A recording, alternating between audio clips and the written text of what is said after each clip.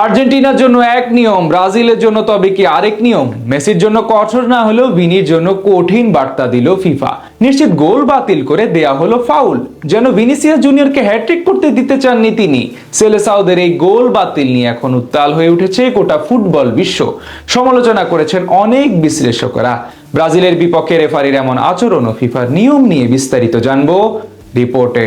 স্কটল্যান্ডের বিপক্ষে পুরো ম্যাচে দাপট দেখিয়ে দারুণ এক জয় তুলে নিয়েছে ব্রাজিল ফুটবল দল। পুরো ম্যাচে দুর্দান্ত পারফর্ম করেছেন ভিনিসিয়াস জুনিয়র, দেখিয়েছেন নিজের বাম পায়ের ম্যাজিক। তবে তার পারফরমেন্স এবং সবকিছু ছাপিয়ে এখন আলোচনার কেন্দ্রবিন্দুতে তার গোল বাতিল হওয়া। ম্যাচের সময় নিশ্চিত এক গোলকে বাতিল করে দিয়েছেন রেফারি, জানিয়ে এখন আলোচনা সমালোচনা হচ্ছে সর্বমহলে। এমনকি বিশ্ব মিডিয়া থেকে শুরু করে অনেক ফুটবল বিশ্লেষকদের মুখে মুখে এখন একই প্রশ্ন, সত্যি কি সেটি ফাউল হয়েছিল নাকি রেফারির ভুল? এছাড়া আরো একটি প্রশ্ন উঠেছে এরই মাঝে, আর্জেন্টিনার ম্যাচে লিওনেল মেসির গোল বাতিল না হলেও কেন ভিনির সাথে এমন আচরণ করলো ফিফার রেফারিরা? এই নিয়ে এরই মাঝে বার্তা এসেছে ফিফার কর্তাদের কাছ থেকেও। গ্রুপ পর্বের প্রথম ম্যাচে মরক্কোর বিপক্ষে ড্র দিয়ে এবার বিশ্বকাপ মিশন শুরু করেছিল ব্রাজিল ফুটবল দল।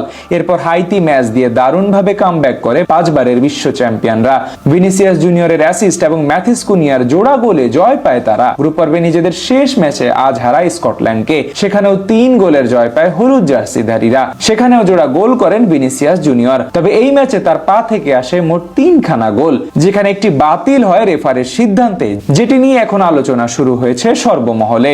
আজ ম্যাচের 7ম মিনিটে এগিয়ে যায় ব্রাজিল ফুটবল দল। প্রতিপক্ষ রক্ষণ ও গোলকিপারের ভুলকে কাজে লাগিয়ে বুদ্ধিমত্তা দেখিয়ে গোল করেন ভিনিসিয়াস জুনিয়র। এরপর 22 মিনিটে জ্যাক হেনরির আরেকটি ভুলে সুযোগ পান তিনি। হেনরিকে কাটিয়ে পরিষ্কার শট নেন রিয়াল মাদ্রিদের এই তারকা। সেখান থেকে গোল দিয়ে উদযাপনে মেতে ওঠে পুরো ব্রাজিল। কিন্তু খানিক বাদে ভিএআর চেক করেন রেফারি, সেখানে গোলের বদলে ফাউল দেয়া হয় এবং গোলটি বাতিল করে দেয়া হয়, যা নিয়ে এখন আলোচনা হচ্ছে সব জায়গায়।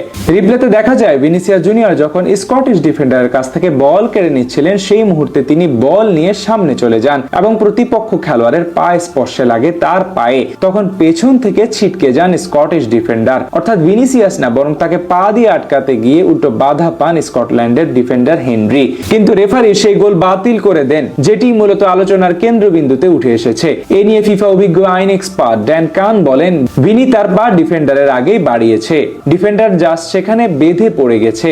আমার মনে হয় ভিএআর দেখার সময় সাইড অ্যাঙ্গেলটাও না দেখায় ডিসিশনটা ভুল এসেছে। তবে প্রশ্ন তৈরি হয়েছে আরেকটি জায়গায়। এর আগে আর্জেন্টিনার প্রথম ম্যাচে দেখা গেছে লিওনেল মেসি দ্বারা আলজেরিয়ার এক ফুটবলার নিশ্চিত ফাউলের শিকার হলেও তাকে কোনো কার্ড প্রদর্শন করা হয়নি। এমনকি গেল ম্যাচে অস্ট্রিয়ার বিপক্ষে গোল নিয়েও প্রশ্ন তুলেছেন কিংবদন্তি গোলকিপার পিটার স্নেইচেল। তিনি বলেন, অস্ট্রিয়ার বিপক্ষে ম্যাকালিস্টার একইভাবে ফাউল করে বল কেড়ে নেওয়ার পর আর্জেন্টিনা প্রথম গোলটি পেয়েছিল। গোলটি ভিএআর চেক করা উচিত ছিল এবং গোল বাতিল করে ফাউল ধরা উচিত ছিল। সেখান থেকে এখন প্রশ্ন উঠেছে, লিওনেল মেসিদের জন্য এক নিয়ম, তাহলে কি ভিনিসিয়াস জুনিয়রের জন্য আরেক নিয়ম বানিয়েছে ফিফা?